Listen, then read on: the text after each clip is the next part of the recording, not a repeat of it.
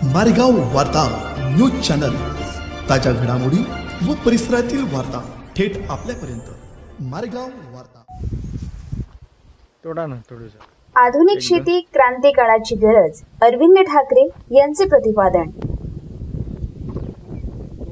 मारेगाव येथे आधुनिक शेती क्रांती होणे आवश्यक आहे, परंतु ते फक्त शेतकऱ्यांनी करावे असे नाही. आधुनिक शेती क्रांती हा विषय फक्त शेतकरी किंवा शेतकऱ्यांच्या मुलांसाठी व शेतमजुरांसाठी आहे असे नाही. या सर्व गोष्टी सर्वांसाठी आहेत. त्यातला महत्वाचा भाग म्हणजे शेतात काम करणारे मजूर आहे. कारण शेतीमध्ये होणाऱ्या आधुनिक तंत्रज्ञानाच्या वापरामुळे अनेक शेतमजुरांना काम मिळत नाही. यामुळे अनेक आर्थिक अडचणी येताना दिसून येतात. यातून मजुरांची आर्थिक स्थिती सुधारायची असेल तर मजुरांना चांगल्या कौशल्याने तयार केले गेले पाहिजे. त्यासाठी चांगल्या प्रकारचे नवीन उद्योग शेतात सुरू केले जाऊ शकतात. वेगवेगळ्या प्रकारच्या गोष्टी नव्या प्रकारे केल्या जाऊ शकतात. त्यामुळे मजुरांना काम मिळेल व चांगले कौशल्य त्यांनी आत्मसात केलेले असल्यामुळे त्यांना चांगले उत्पन्न त्यातून मिळू शकते. जसे की गायींचा गोठा असल्यास त्या ठिकाणी दूध तर विकले जातेच. या ठिकाणी जर कुशल कामगार तयार केले तर त्या ठिकाणी मोठ्या प्रमाणात दुधाचे वेगवेगळे प्रक्रियायुक्त पदार्थ तयार केले जाऊ शकतात.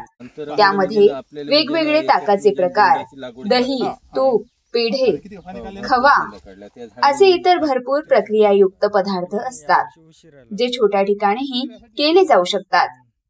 हे आणि इतर अनेक गोष्टी आहेत ज्यातून योग्य श्रमशक्तीचा वापर तर होईलच, परंतु जे मजुरांचे नुकसान होते ते होणार नाही. तसेच छोट्या जागेवर चांगल्या प्रकारची रोपवाटिका बनवली जाऊ शकते. त्या भागात योग्य प्रकारे येणाऱ्या रोपांची निवड करून त्यांची रोपवाटिका तयार केल्यास चांगला लाभ होईल. छोट्या गोष्टी सुरू करण्यासाठी सरकारकडूनही योजना असतात, ज्यांची माहिती आपण खात्रीशीर करून त्याचा चांगला लाभ घेऊ शकतो. आधुनिक शेती क्रांतीसाठी अशा आणि इतर शेतीतील संधी ओळखून अंमलात आणल्यास होणारे नुकसान टाळण्यास मदत होईल. शेतीकडे बघताना थोडा दृष्टिकोन बदलण्याची आवश्यकता आहे, ज्यातून तरुण पिढी देखील चांगली प्रेरणा घेऊन कुशल कामगार तयार करू शकतात. तसेच चांगल्या प्रकारचे छोटे उद्योग यातून उदयास येऊ शकतात. त्यातून सर्वांनाच लाभ होण्यास मदत होईल. तरुण पिढीसाठी यात अनेक संशोधन व उद्योगाच्या संधी दडलेल्या आहेत. नवीन तंत्रज्ञानाचा वापर होत असताना असे दिसून येते, जेथे जास्त मजूर लागतात तेथे काही ठिकाणी कमी मजुरात काम होऊ लागले आहे. तसेच काही ठिकाणी तर मजुरांची आवश्यकताच उरलेली नाही. यामुळे मजुरांना मोठ्या प्रमाणावर नुकसान झालेले दिसते आणि हा मजूर वर्ग सुखी असणे व त्यांचा उदरनिर्वाह चांगला व्हावा ही आपली सर्वांची जबाबदारी आहे. त्यासाठी आपण वेळीच प्रयत्न करणे गरजेचे आहे. कालांतराने शेतमजुरांचे काम जाणे व त्यांचे होणारे नुकसान हा मोठा विषय बनू शकतो, परंतु नवीन गोष्टी राबवून त्यात संधी निर्माण केल्या जाऊ शकतात.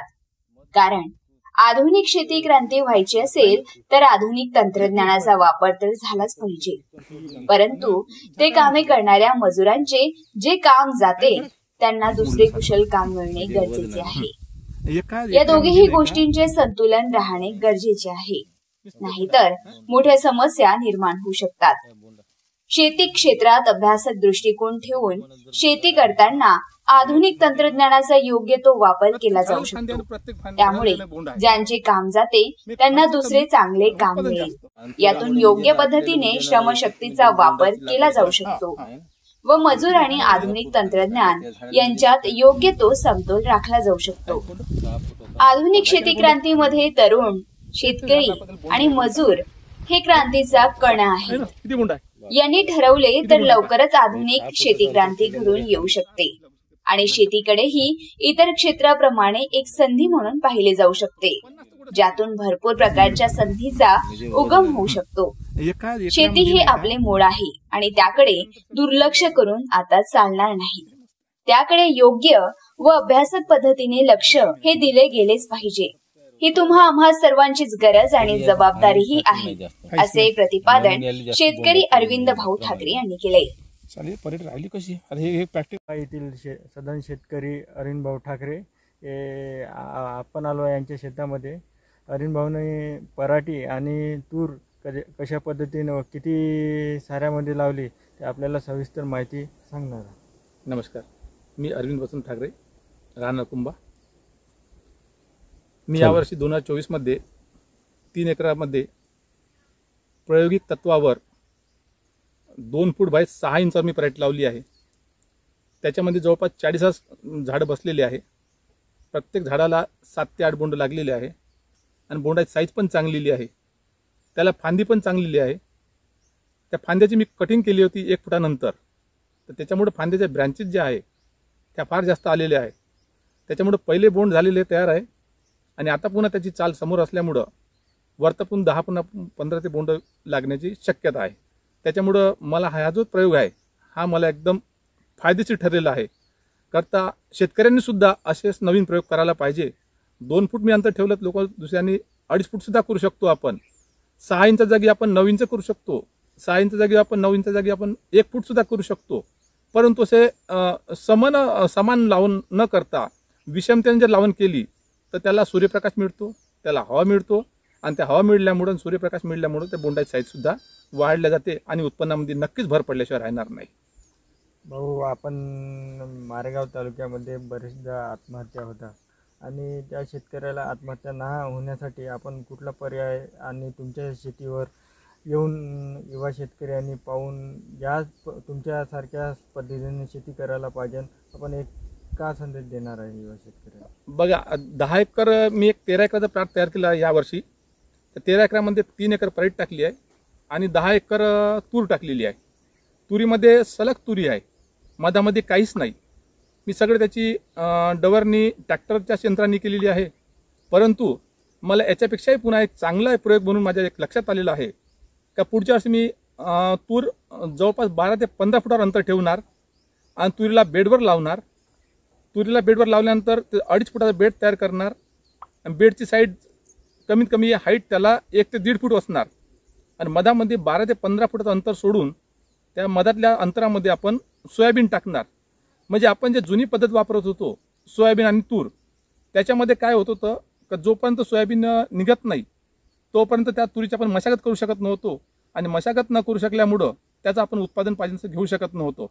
परंतु प्रामुख्याने मला ह्या वर्षी असं लक्षात आलं की आपण त्या तुरीची लावण केली आणि सुरुवातपासूनच आपण ते शेंडे खुडणी केली. मी सलग 3दा शेंडे खुडणी केली. त्या तुरीला अनेक ब्रँचेस आलेले आहे. त्याच्यामुळं पुन्हा एक चांगली कल्पना आली डोक्यामध्ये का आपण त्याच्यामध्ये सुद्धा मधातल्या अंतरामध्ये आपण मशीनच्या टोकन यंत्रानं सोयाबीन टोपणी करणार आणि त्याच्यामध्ये त्या 2 तुरीच्या अंतरामध्ये 2 तुरीच्या तासामध्ये 15 फुटाचं अंतर ठेवणार आणि त्या 15 फुटामध्ये आपण ड्रीपची एक लाईन टाकणार आणि त्या ड्रीपच्या लाईनमुळं एक त्याला पिकाला आपल्याला पाहिजे तेव्हा पाणी देता येणार. तसेच त्या बेडवर आपण एक शेणखताची स्लरी म्हणून आपण वापर करणार आहोत आणि त्या शेणखताच्या स्लरीवर आपण हे उन्हाळ्यातच सगळी प्रक्रिया करणार आहोत आणि त्याच्यामधून आपल्याला भरघोस उत्पन्न घेण्याची एक फार मोठी एक गॅरंटी झालेली आहे. म्हणून मी सर्व शेतकऱ्यांना एक सांगू इच्छितो की त्याच्यासोबतच आपण जनावरांचं सुद्धा संगोपन करायला पाहिजे. जनावराला सुद्धा आपल्या शेतीमधून चारा निर्माण होतो. तुरीमधून माझे कुटार तयार होत आहे, मधातल्या सोयाबीनमधले कुटार तयार होत आहे आणि उरलेल्या जागेमध्ये आपण तुरी निघल्यानंतर तुरी जानेवारीमध्ये निघल्यानंतर आपण त्याला एक मका सुद्धा लावू शकतो आणि मक्याचा कुटारा सुद्धा आपल्याला त्या जनावरांच्या कामी येते. एक आपण अर्धबंदिस्त जरी आपण जनावरं पोसले, म्हशी पोसल्या तरी चाऱ्याची व्यवस्था होते आणि चाऱ्यापासून आपल्या शेणखताची व्यवस्था होते आणि शेणखत झाल्यानंतर आपल्या उत्पन्न शेतीला एक खूप मोठा सपोर्ट म्हणून शेणखताचा एक आधार तयार होतो आणि त्या आधाराच्या भरोश्यावर आपले उत्पन्न कमीत कमी 4 पट वाढल्याशिवाय राहणार नाही अशी मी आपणास सर्वांना गॅरंटी देऊ शकतो.